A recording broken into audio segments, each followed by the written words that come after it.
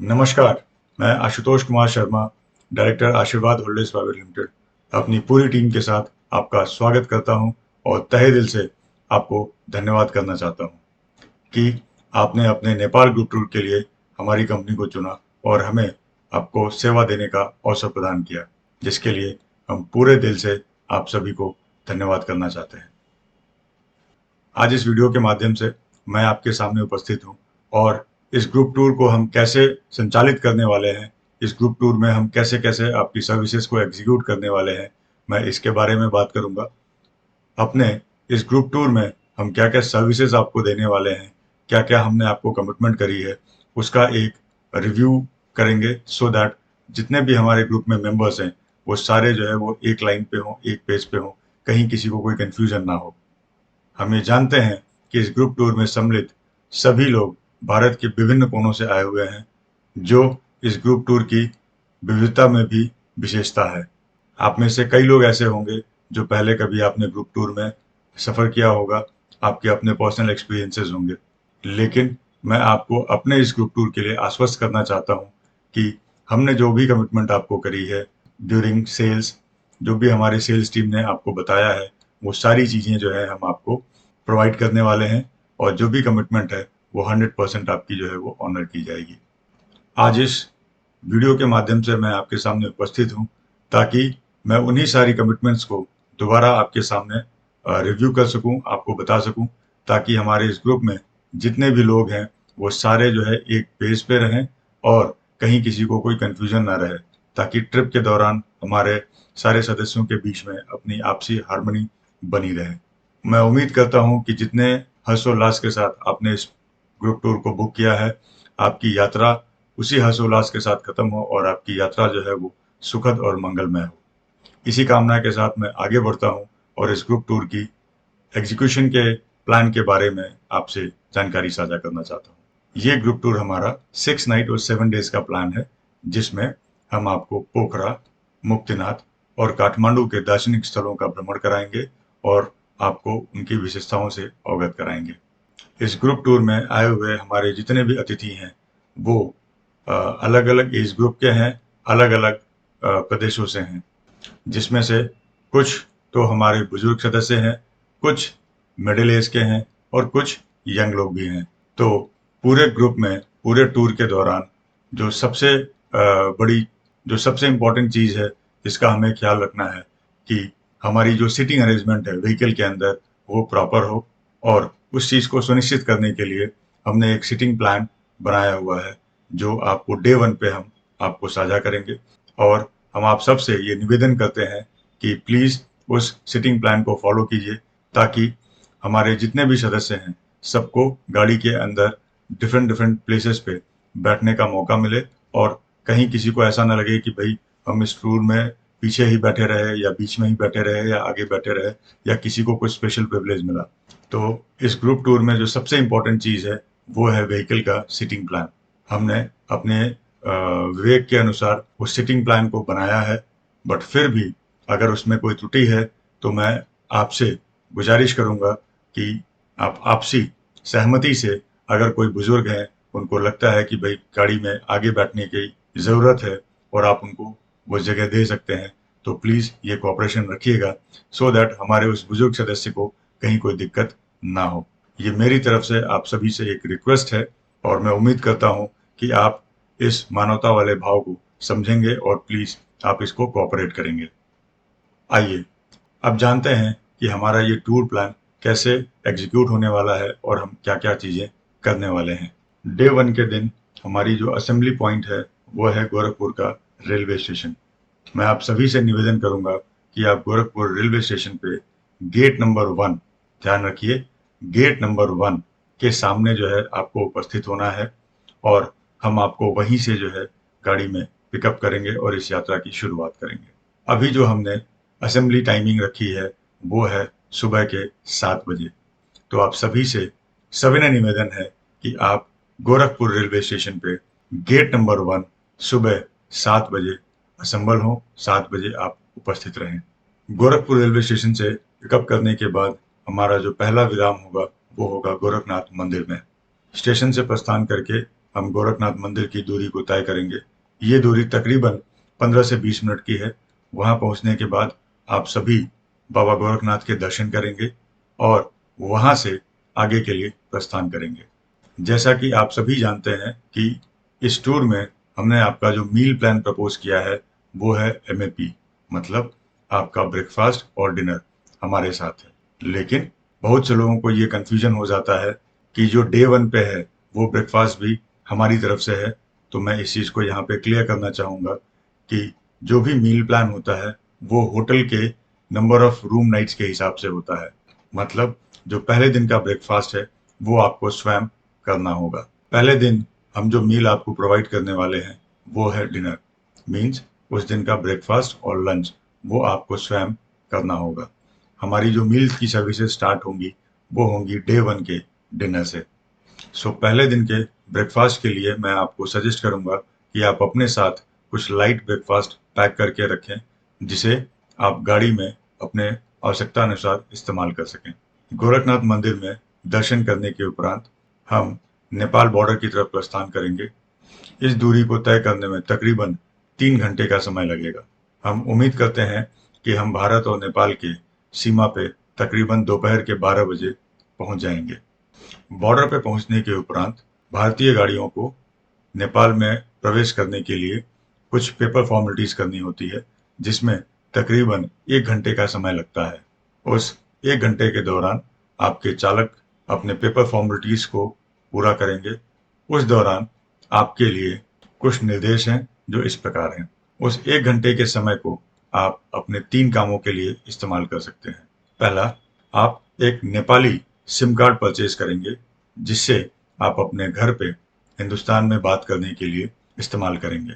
जब आप नेपाल से भारत कॉल करते हैं तो उस कॉल की दर जो है वो कम आती है, बजाय इसके कि कोई भारत से आपको आपके नेपाली नंबर पे कॉल करे।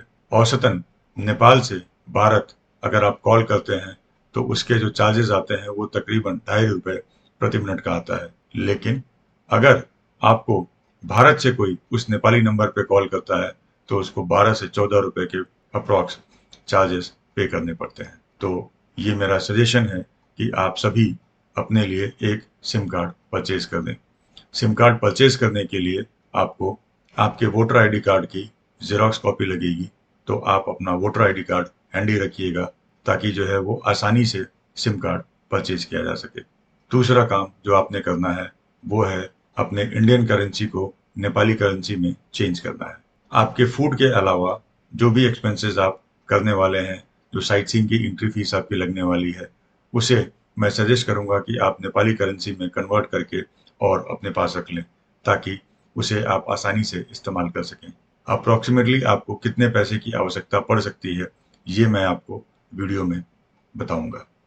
तीसरा काम जो आपने करना है वो है आपको लंच।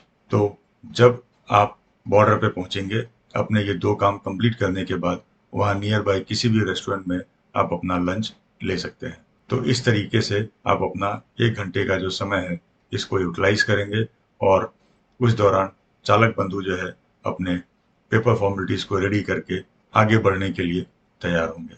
किसी भी ग्रुप टूर की सफलता जो है वो डिपेंड करती है कि आपने उस टूर के दौरान बताए गए समय को कितनी बेहतर तरीके से इस्तेमाल किया है और कितनी बेहतर तरीके से आपने प्रॉपर इंस्ट्रक्शंस को फॉलो किया है। तो कृपया इस बात का विशेष ध्यान रखें कि आपको जो भी समय बताया जाता है उस समय के अनुसार आप अपनी चीज़ों को करें, ताकि जो है आपके जो साथी यात्रीगण हैं उनको कहीं कोई दिक्कत ना हो और आपको भी कोई दिक्कत ना हो।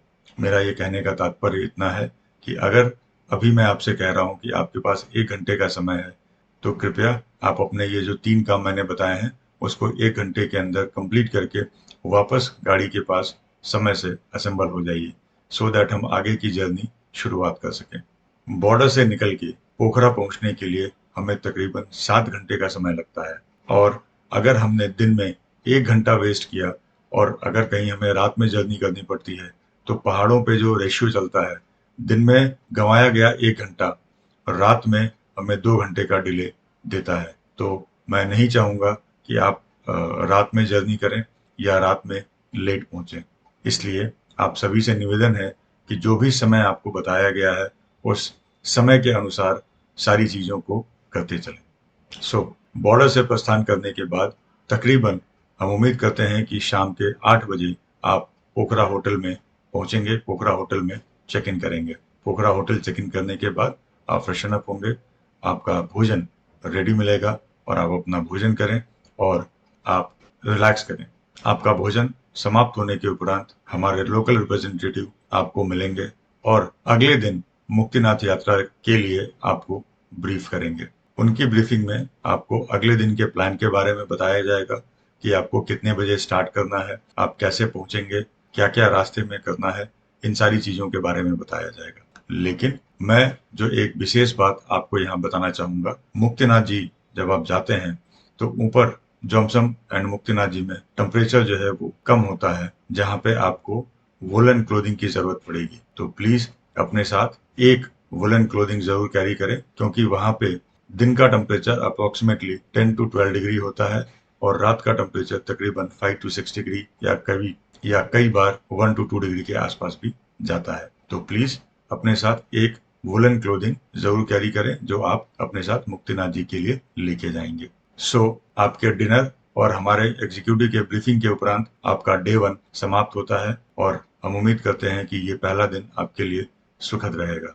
डे 2 में हमारे एग्जीक्यूटिव के बताए अनुसार समय गाड़ी आपको जो है आपके होटल पे रिपोर्ट करेगी और आपकी मुक्तिनाथ जी की यात्रा प्रारंभ होगी। जैसा कि आपको कोटेशन के टाइम पे हमारे एग्जीक्यूटिव्स ने बताया होगा कि मुक्तिनाथ जाने के लिए हमारी दूसरी गाड़ी की व्यवस्था होगी, क्योंकि ये गाड़ियां वहां पे अलाउड नहीं है, उस रूट पे अलाउड नहीं है जिस गाड़ी से आप गोरखपुर से पोखरा पहुंचे हैं। तो ये गाड़ी पोखरा होटल में आपका वेट करेगी और पोखरा होटल से दूसरी गाड़ी आपको मुक्तिनाथ जी के लिए लेके जाएगी। मुक्तिनाथ जी जाने के लिए नेपाली बस का अरेंजमेंट आपके लिए किया गया है। अगेन उस बस का सिटिंग प्लान हमने बनाया है जो आपके साथ साझा किया गया है। तो हमारी फिर से गुजारिश है कि आप उस सिटिंग प्लान को प्लीज फॉलो करें और अपना और अपने यात्रीगण का कंफर्ट का ध्यान रखें। पोखरा से मुक्तिनाथ जी के रास्ते में सड़कें थोड़ी सी खराब हैं, जिसकी वजह से रोड पे आपको जर्नी करने में डिस्कम्फर्ट महसूस हो सकता है।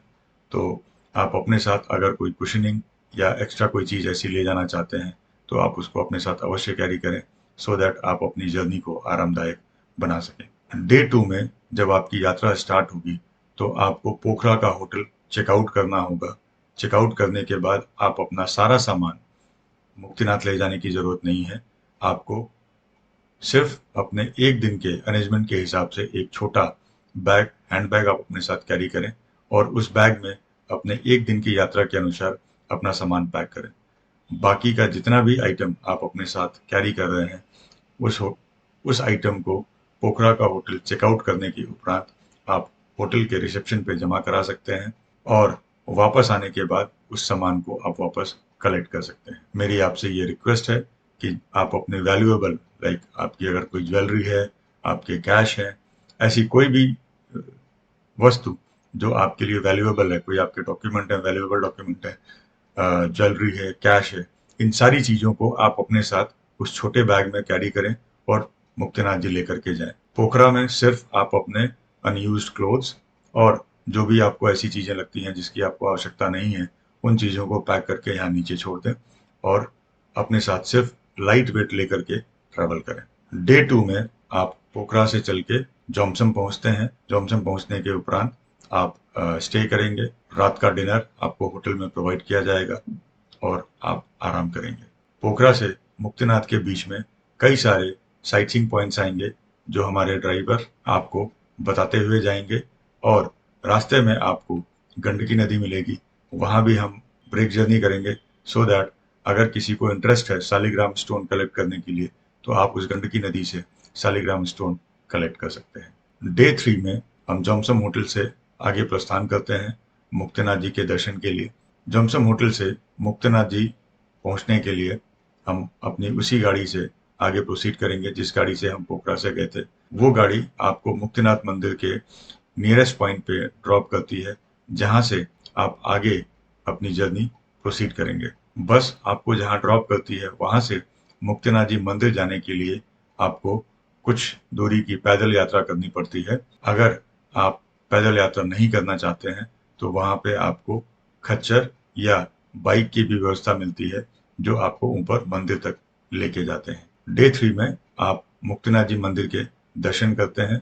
दर्शन करने के उपरांत आप वापस जॉमसम लौटेंगे, होटल चेकआउट करेंगे और फिर वहाँ से आपकी जर्नी स्टार्ट होगी पोखरा के लिए। डे 3 में हम उम्मीद करते हैं कि आप रात के 8 से 9 बजे के बीच आप पोखरा वापस पहुँचेंगे।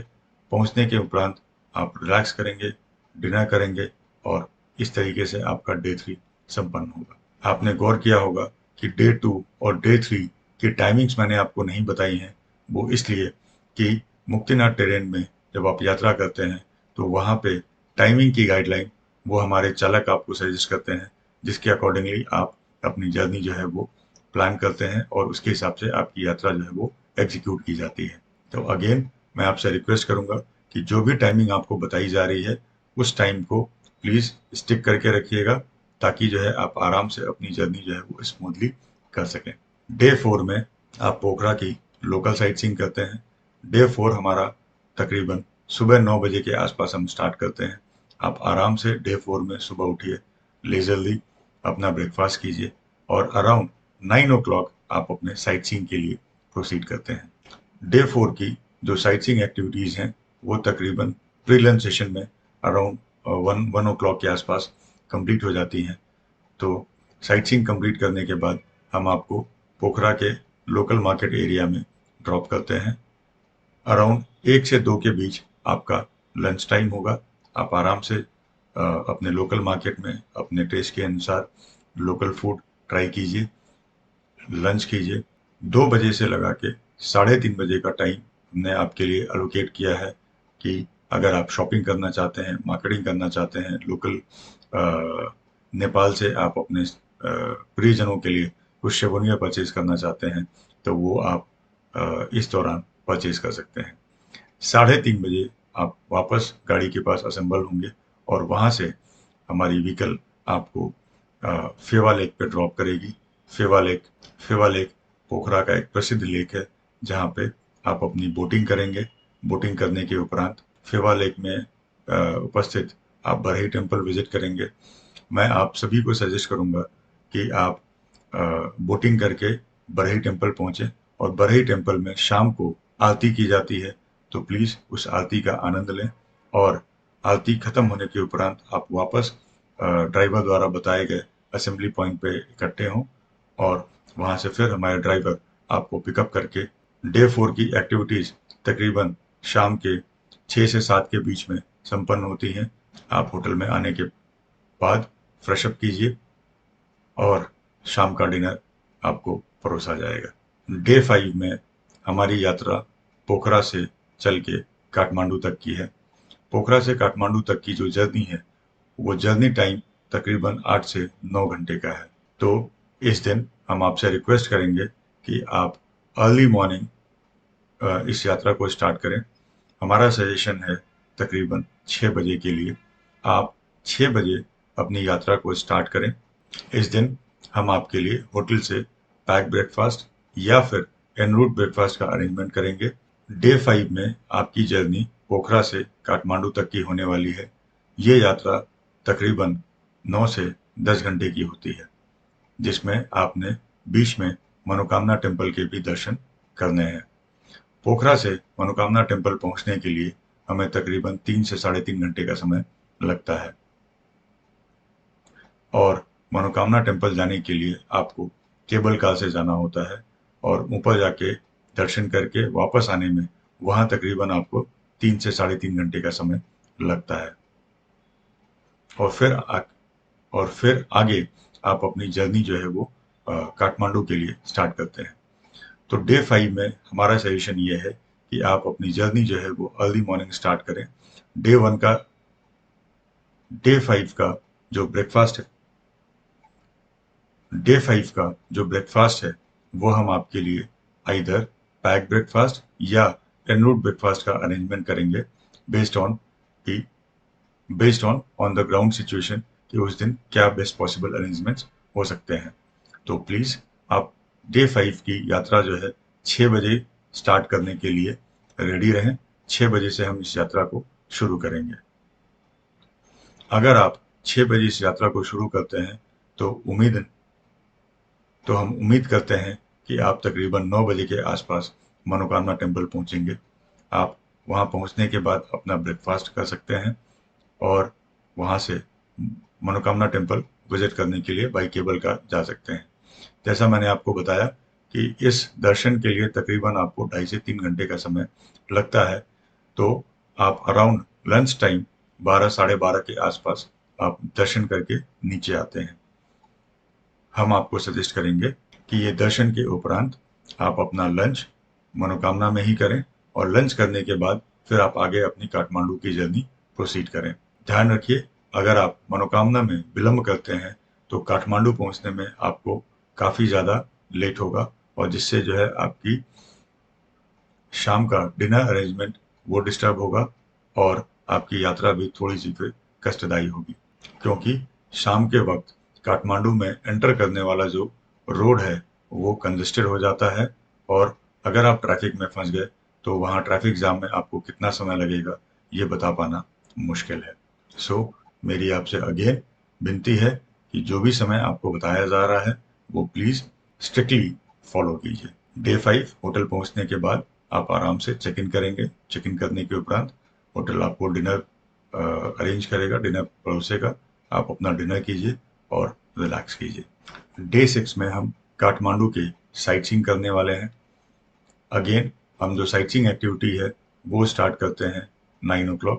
बट अगर आप में से बहुत से लोग ऐसे हैं जिन्हें ऐसा लगता है कि पशुपतिनाथ जी का मंदिर आपको सुबह बिफोर ब्रेकफास्ट देखना है या करना है, तो हमने जो आपका होटल अरेंज किया है वो होटल अपने पशुपतिनाथ मंदिर के बिल्कुल ही नज़दीक है। आप वहाँ से बाई वॉक मंदिर जा सकते हैं, दर्शन कर सकते हैं और वापस होटल आ सकते हैं। तो अगर आप में से कोई भी इंटरेस्टेड हैं जो मंदिर सुबह जाना चाहते हैं तो आप आराम से होटल से अपना फ्रेशन अप करें, आराम से होटल से वॉक करते हुए मंदिर जाएं, दर्शन करें और वापस आके ब्रेकफास्ट करके और फिर 9 बजे से अपना जो बाकी का साइट सीइंग है वो एक्टिविटी स्टार्ट कर सकते। पशुपतिनाथ जी मंदिर में दर्शन के उपरांत आपकी कोई विशेष पूजा करने का प्रयोजन है तो वो प्लीज़ हमें पहले से सूचित करें, ताकि आपकी उस पूजा के लिए जो भी हमसे सपोर्ट हो सकता है वो हम आपके लिए वहाँ पे अरेंज करा सकें। और अगर सिर्फ आप वहाँ जाके दर्शन करने के इच्छुक हैं तो आप अपने इंटरेस्ट के अनुसार आप मंदिर में जाके दर्शन कर सकते हैं और दर्शन करके फिर वहाँ से आगे प्रोसीड कर सकते हैं। एक बात का विशेष ख्याल रखिएगा कि अगर आप सुबह बिफोर ब्रेकफास्ट दर्शन के लिए जाते हैं और कुछ लोग जो ये चूज करते हैं कि ब्रेकफास्ट के बाद वो दर्शन करेंगे, तो एज पर प्लान हमारी साइट सीइंग जो है वो 9 बजे से स्टार्ट होगी और पहला जो स्टॉप है वो हम पशुपतिनाथ मंदिर में लेते हैं। तो चूंकि आप सुबह ही पशुपतिनाथ जी के दर्शन कर चुके हैं तो दोबारा मंदिर जाके और वेट करना वो शायद आपके लिए उचित नहीं होगा। उस केस में आप पशुपतिनाथ मंदिर के अराउंड अगर कुछ लोकल शॉपिंग करना चाहते हैं, जैसे कि रुद्राक्ष खरीदना चाहते हैं या कोई और शुभनियत या इससे रिलेटेड कोई और चीज़ परचेज करना चाहते हैं, तो अपने उस समय को आप इसके लिए यूटिलाइज कर सकते हैं। हमारा चालक दल आपको आपके प्लान के अनुसार आपको साइट सीइंग कराएगा। इस दिन भी हमने लंच के लिए 1 से 2 बजे का समय रखा हुआ है। डे 6 की जो साइट सीइंग है वो तकरीबन शाम के 5 बजे के आसपास ख़त्म हो जाती हैं। 5 बजे के आसपास साइट सीइंग कंप्लीट करने के उपरांत हमारी गाड़ी आपको वापस होटल लाएगी। होटल पहुंचने के बाद आप सिट बैक करें, रिलैक्स करें। रात को होटल अपना टाइमिंग के अनुसार आपको डिनर परोसेगा और आप अपना डिनर करें और इसके साथ ही आपका डे 6 संपन्न होता है। डे 7 पे आपको काठमांडू से चल के गोरखपुर की यात्रा तय करनी है। डे 7 की यात्रा जो है आपकी सबसे लंबी होने वाली है, क्योंकि इस यात्रा में आपको तकरीबन 12 से 13 घंटे का समय लग जाता है। तो अगेन हमारी रिक्वेस्ट ये है कि आप अर्ली मॉर्निंग अपनी इस यात्रा को स्टार्ट करें। इस दिन हम आपको सजेस्ट करेंगे कि आप सुबह जल्दी उठें, अपना बैग एंड बैगेज पैक करें और ब्रेकफास्ट पे आते समय आप अपना सामान पैक करके नीचे ले आएं, ताकि जितने समय में आप ब्रेकफास्ट कर रहे हैं हमारा चालक दल आपके सामान को ऊपर गाड़ी के ऊपर बांध सके और आपका समय जो है वो बच सके। तो पोस्ट ब्रेकफास्ट फिर आप काठमांडू से विदा करते हैं और गोरखपुर की यात्रा शुरू करते हैं। इन बिटवीन 1 से 2 के बीच में हम फिर आपको लंच का समय देंगे, आप अपना लंच कर सकते हैं। और डे 7 हम उम्मीद करते हैं कि रात के 8 से 9 बजे के बीच में आप गोरखपुर पहुंच जाएंगे। डे 7 में गोरखपुर पहुंचने के उपरांत हमारी यात्रा संपन्न होती है और हम उम्मीद करते हैं कि आपकी ये यात्रा मंगलमय और सुखदायी रहेगी। कुछ इम्पोर्टेंट चीज़ें जो मैं दोबारा से रिपीट करना चाहूँगा वो ये, हमने जो भी मील प्लान आपको सजेस्ट किया है वो है आपका एमएपी मील प्लान, जिसका मतलब होता है हम आपको ब्रेकफास्ट और डिनर प्रोवाइड करेंगे। हमने कोटेशन में ये मेंशन करके दिया था कि हम आपको 6 ब्रेकफास्ट और 6 डिनर देंगे। तो हमारी तरफ से आपको डे 1 पे डिनर, डे 2 पे ब्रेकफास्ट एंड डिनर, डे 3 पे ब्रेकफास्ट एंड डिनर, डे 4 पे ब्रेकफास्ट एंड डिनर, डे 5 पे ब्रेकफास्ट एंड डिनर, डे 6 पे breakfast and dinner and day 7 पे सिर्फ ब्रेकफास्ट प्रोवाइड किया जाएगा। इसके अलावा आपके जो भी फूडिंग एक्सपेंसेस हैं वो सारे आपके द्वारा बियर किए जाएंगे। वो सारे फूडिंग एक्सपेंसेस आपके अपने होंगे। यात्रा के दौरान कुछ चीज़ें जो आपको ध्यान रखनी है, जिसका आपने विशेष प्रकार से ध्यान रखना है, वो इस प्रकार है। पहला, आप अपना लगेज जो है वो लाइट पैक करें। आपकी ज़रूरत की लगभग सारी चीज़ें जो है वो नेपाल के अंदर मिल जाती हैं। बट यस, आपकी अपनी जो भी मेडिसिन्स हैं, अपनी मेडिसिन्स आप अपने साथ कैरी करें। चूँकि आप मुक्तिनाथ जी की यात्रा पे हैं, तो अपने साथ एक वुलन क्लोथिंग ज़रूर रखें, जो आप सिर्फ जोमसम में जिसे आपको इस्तेमाल करने की ज़रूरत पड़ेगी, बाकी कहीं भी आपको वुलन क्लोथिंग की ज़रूरत नहीं पड़ेगी। इसके अलावा आप अपने साथ अपना लाइट लगेज पैक कीजिए, सो दैट आप जो है अपनी जर्नी जो है वो कंफर्टेबल बना सकें। यात्रा के दौरान हमें कुछ और विशेष बातों का ख्याल रखना है, जैसे कि इंडिया में हम जब भी ट्रैवल करते हैं, तो अगर हमें रास्ते में कहीं टॉयलेट की आवश्यकता पड़ती है या इस टाइप की कुछ इमरजेंसी आती है, तो हम इंडिया में कहीं भी अपनी व्हीकल को स्टॉप करके इन चीज़ों को कर सकते हैं। लेकिन नेपाल में ऐसा नहीं है। तो हमारी आपसे गुजारिश है कि आप जब भी गाड़ी में बैठते हैं, तो आप अपने आप को कंफर्टेबल कर लें, ईज़ कर लें और फिर गाड़ी में बैठें। उसके बावजूद अगर आपको कहीं इमरजेंसी इस टाइप की लगती है, तो आप ड्राइवर को प्रॉपर्ली पहले इन्फॉर्म करें, क्योंकि ड्राइवर को पता है कि नेपाल के रास्तों पे पब्लिक टॉयलेट कहाँ है, कहाँ से कौन से रेस्टोरेंट में आपको टॉयलेट का अरेंजमेंट मिल जाएगा, कौन से पेट्रोल पंप पे आपको टॉयलेट का अरेंजमेंट मिल जाएगा। तो ड्राइवर अकॉर्डिंगली आपकी व्हीकल को स्टॉप करता है। हो सकता है कि आपने ड्राइवर को अभी बताया और जो अगला स्टॉप है, अगला पब्लिक कन्वीनियंस पॉइंट है, वो हो सकता है कि 5 मिनट की ड्राइव पे हो, या हो सकता है कि वो अगले 1 घंटे की ड्राइव पे हो। ठीक है? तो इसलिए जो है आपको अपने आप को कंफर्टेबल करके बैठना है, और जब भी आपको लगता है कि अगले कुछ समय में आपको आवश्यकता है, तो ड्राइवर को प्री इन्फॉर्म कीजिए, सो दैट वो अकॉर्डिंगली सुटेबल जगह देख करके व्हीकल को स्टॉप कर सके और आप कंफर्टेबल हो सकें। अगली चीज़ जो आपने ख्याल रखना है वो ये कि आप अपने साथ कुछ खाने-पीने का अरेंजमेंट करते हैं, उसके रैपर्स हैं, कचड़े हैं, तो उसको गाड़ी से बाहर ना फेंकें। आप अपने पास अपना एक पॉलीथीन बैग रखें, उस पॉलीथीन बैग के अंदर अपने उस कचरे को डालें, और जब भी आप गाड़ी से उतरते हैं, तो आप या तो किसी पेट्रोल पंप पे उतरेंगे, या किसी पब्लिक टॉयलेट वाली जगह पे उतरेंगे, या फिर किसी रेस्टोरेंट पे उतरेंगे। तो इन जगहों पे आपको डस्टबिन का अरेंजमेंट मिल जाता है, तो आप अपना जो भी गार्बेज है, जो आपने प्लास्टिक बैग में इकट्ठा किया है, आप उस बैग को उठाएं और उस डस्टबिन में डिस्कार्ड कर दें। अगर आप उसको बाहर फेंकते हैं, तो नेपाल में उस चीज़ को ऑब्जेक्ट करते हैं, और हो सकता है कि कोई लोकल नेपाली ही आपकी गाड़ी को रोक करके और आपको इसके लिए ऑब्जेक्ट करे। एक सबसे इम्पोर्टेंट चीज़ जो आपने ख्याल रखनी है, वो है ड्यूरिंग शॉपिंग। आप जानते हैं कि नेपाली करेंसी को भी रुपया कहा जाता है, और हमारी भारतीय करेंसी भी जो है वो रुपया है। तो कई बार हम नेपाल के अंदर शॉपिंग करने के दौरान इस चीज़ में कन्फ्यूज़ हो जाते हैं कि भाई सामने वाले ने हमें नेपाली रुपया बताया है या इंडियन रुपया बताया है। तो मैं इस चीज़ को आपको एक एग्जाम्पल के तौर पे समझाना चाहूँगा। फॉर एग्जाम्पल, आप किसी शॉप में गए और आपने वहाँ पे कोई चीज़ परचेज करी। फॉर एग्जाम्पल, ये माउस। आपने शॉपकीपर से पूछा कि भाई ये माउस आप कितने में देंगे? अगले ने आपसे कहा भैया जी 100 रुपये। अब आपको नहीं पता कि अगले ने 100 रुपये इंडियन में बताए हैं या 100 रुपये नेपाली में बताए हैं, लेकिन अगर आप उससे पूछेंगे तो चांसेस ये हैं कि सामने वाला आपसे ये कह दे कि सर हमने आपको इंडियन में बताया है। तो ये आपने पूछना नहीं है, आपको इसे रिकन्फर्म करना है, और रिकन्फर्म करने का तरीका होगा नेगोशिएशन का, बार्गेन का।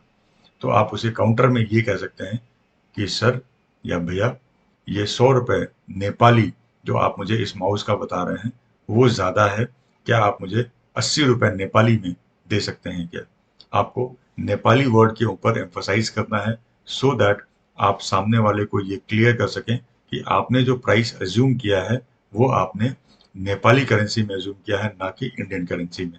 और अपने इस डिस्कशन के दौरान आपने इस नेपाली रुपीस, नेपाली वर्ड को कई बार बोलना है, ताकि जो है वो आपकी तरफ से आपका मैसेज जो है वो लाउड एंड क्लियर उन तक पहुंच जाए। अगर बंदे ने आपको इंडियन करेंसी में प्राइस बताया होगा तो वो आपको पहली बार में ही करेक्ट करेगा कि सर मैंने आपको ये प्राइस इंडियन रुपीस में बताया है, ना कि नेपाली रुपीस में। उस तरीके से जो है आपकी ये करेंसी कंफ्यूजन जो है वो आप क्लियर कर सकते हैं, और आप अ, अपनी जो है वस्तु को परचेज कर सकते हैं। अगर आपको लगता है कि जो भी सामान आप परचेज कर रहे हैं और उसके अगेंस्ट जो भी प्राइस आपको बताया गया, कोट किया गया है, वो ठीक है, अच्छा है, तो आप उसको परचेज कीजिए। अदरवाइज उस शॉप से मूव करके नेक्स्ट शॉप पे चले जाइए। वहाँ पे आर्ग्यूमेंट में मत जाइए, क्योंकि बहुत सारे लोग वहाँ पे आर्ग्यूमेंट में नहीं जाना चाहते हैं। आर्ग्यूमेंट में चीज़ें जो है आपकी बिगड़ जाती हैं। तो अगर आपको प्राइस समझ में आता है, आप परचेज कीजिए। नहीं समझ में आता है, आप अपना एक काउंटर ऑफर दीजिए, और उसके बाद अगर बात आपकी बनती है, डील डन होता है, आप अपनी चीज़ें परचेज कीजिए और आगे आइए। नहीं बनती हैं तो आप वहाँ से उसको थैंक यू बोल के नेक्स्ट शॉप पे चले जाइए। नेक्स्ट शॉप पे पूछिए, हो सकता है वहाँ पे आपकी डील जो है वो डन हो जाए। हमने अपने अनुसार पूरी कोशिश की कि आपको इस टूर के दौरान जिन जिन चीज़ों की आवश्यकता पड़ने वाली है, इस टूर को कैसे एग्जीक्यूट करने वाले हैं, हम आपको क्या सर्विसेज देने वाले हैं, उन चीज़ों की जानकारी हमने इसमें आपको दी है। अगर हमारे इस प्रयास के बावजूद अगर कोई इन्फॉर्मेशन छूट जाती है और आपको लगता है कि अ, वो जानकारी आपको चाहिए, हमारे एग्जीक्यूटिव से कनेक्ट कर सकते हैं, उनसे पूछ सकते हैं और उसकी क्लैरिफिकेशन ले सकते हैं। एट द एंड इम्पॉर्टेंट चीज़ जो मैंने आपसे कहा था कि इस वीडियो में मैं आपको बताऊंगा कि आपको एडिशनल कितने पैसों की आवश्यकता पड़ सकती है। तो साइट सीइंग में आप मान के चलें कि आपको तकरीबन 1000 से 1500 रुपये, अप्रॉक्सीमेटली 1500 रुपये आप रख लें अपने पास, कि आपको साइट सीइंग की एंट्री फीस टोटल 6-7 दिन के दौरान आपको लगेंगे। तो वो 1500 रुपये इंडियन करेंसी में आप अपने पास रख लें, जो आपको साइट सीइंग के ऊपर खर्च करना है। इसके अलावा आप दोपहर का लंच करेंगे, तो दोपहर के लंच के लिए अप्रॉक्सीमेटली जो एवरेज कॉस्ट है मील की नेपाल में, अगर आप नॉर्मल फूड लेते हैं तो वो तकरीबन 300 रुपये एवरेज फूड कॉस्ट आता है, 300 रुपये पर पर्सन पर मील। तो आप 7 दिन की जर्नी है आपकी, तो तकरीबन पर पर्सन पे अप्रॉक्सीमेटली 2000 रुपये के आसपास का ये एक बजट आएगा। तो पर पर्सन आप मान के चलें कि 1500 रुपये के आसपास का साइट सीइंग और 2000 रुपये का आपका एडिशनल फूड जो आपको लंच में लेना है। तो ये बजट आपका जो है वो पर पर्सन एडिशनल आएगा। इसके अलावा आपका शॉपिंग का एक बजट है, तो दैट डिपेंड्स कि आप कितना अमाउंट स्पेंड करना चाहते हैं, आप क्या बजट लेकर के प्लान कर रहे हैं। मेरे तरफ से जो सजेशन है कि नेपाल के अंदर बहुत ज़्यादा शॉपिंग करने की आवश्यकता नहीं है। वजह ये कि वहाँ पे मैक्सिमम चीज़ें जो है आजकल मेड इन चाइना या मेड इन इंडिया आपको मिलती हैं।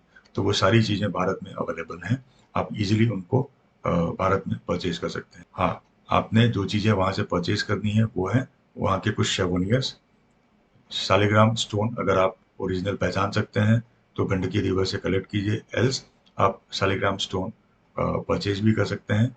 इसके अलावा जो रुद्राक्ष होता है, आप रुद्राक्ष, तो ये 3 आइटम हैं जो आप नेपाल से परचेज कर सकते हैं, जो हमारी नॉर्मल रिकमेंडेशन होती है।